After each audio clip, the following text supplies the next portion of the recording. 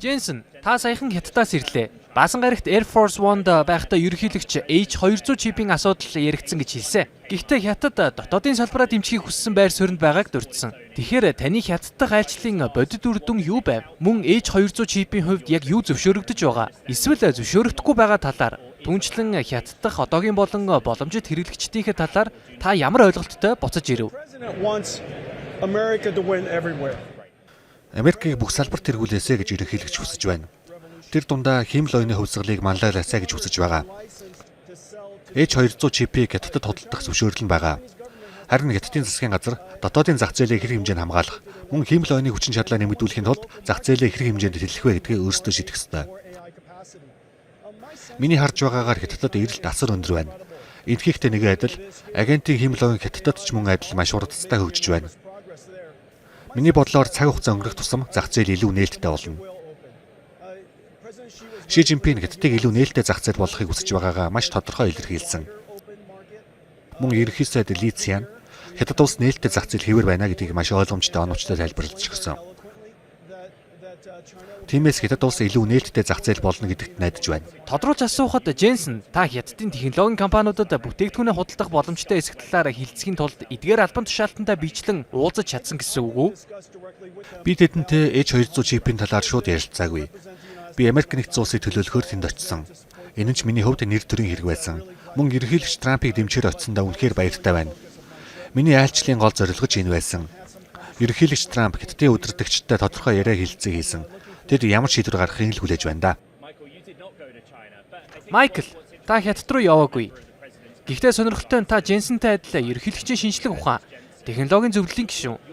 Тэгвэл Хятад улс Америкийн технологийн компаниудад тэд бизнесээ эрхлэхэд нь илүү нээлттэй болно гэж та дүгнэх болов уу?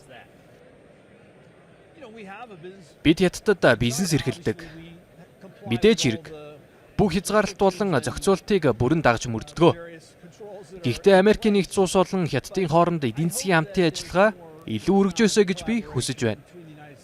Эцсийн дүндээ энэ нь илүү сайн үр дүн, илүү өргөн хүрээний хөгжил цэцэглэлтийг бий болгож, хоёр улсын хооронд төдийгүй дэлхийд дахинд илүү тогтвортой, амжилттай харилцаа үүсгэх боломжийг нэмэгдүүлнэ. Айлчлалтай холбоотой сүүлийн асуулт Jensen, хамгийн хурц өнгө аястай мэдэгдэл магадгүй Тайваны талаар байсан баг. Бид нийлүүлэлтийн сүлжээний талаар ярилцсан. Гэхдээ Тайваны асуудлаарх Ши Жинпиний мэдэгдэл та ямар байр суурьтай байна? Мэдээж үйлдвэрлэлийн хүчин чадлын хувьд TSMC бол маш чухал түнш. Бид энэ талаар өмнө нь ярилцаж байсан. Харин яг одоогийн нөхцөлд Тайванаас нийлүүлэлт тасалдахгүй байх аюулгүй байдал танд хэр зэрэг чухал асуудал болоод байна вэ? Ерөнхийлөгч Трампаас бусад хүн эдгээр яриа хэлцээнд оролцоогүй. Тайваны тухайд гэвэл Тайван одоо ч дэлхийн технологийн үйлдвэрлэл, технологийн хөгжлийн гол төв хэвээр байна. Нийлүүлэлтийн сүлжээ Тайванд маш өргөн хүрээтэй хөгжсөн.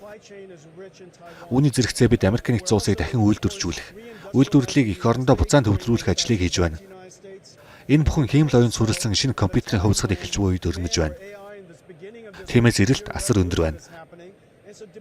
Үүний үр дүнд бид Америк нэгдсэн улсад илүү олон үйлдвэр байгуулж байгаа. Чипийн үйлдвэр, савлгаа, угсралтын үйлдвэр, компьютерийн үйлдвэр, химэл оюуны дата төвөдгээд бүх төрлийн үйлдвэрийг барьж байна. Мөн бусад улс орнуудад хүчин чадлаа нэмэгдүүлж байна. Учир нь бүх салбарт эрэлт маш өндөр байгаа.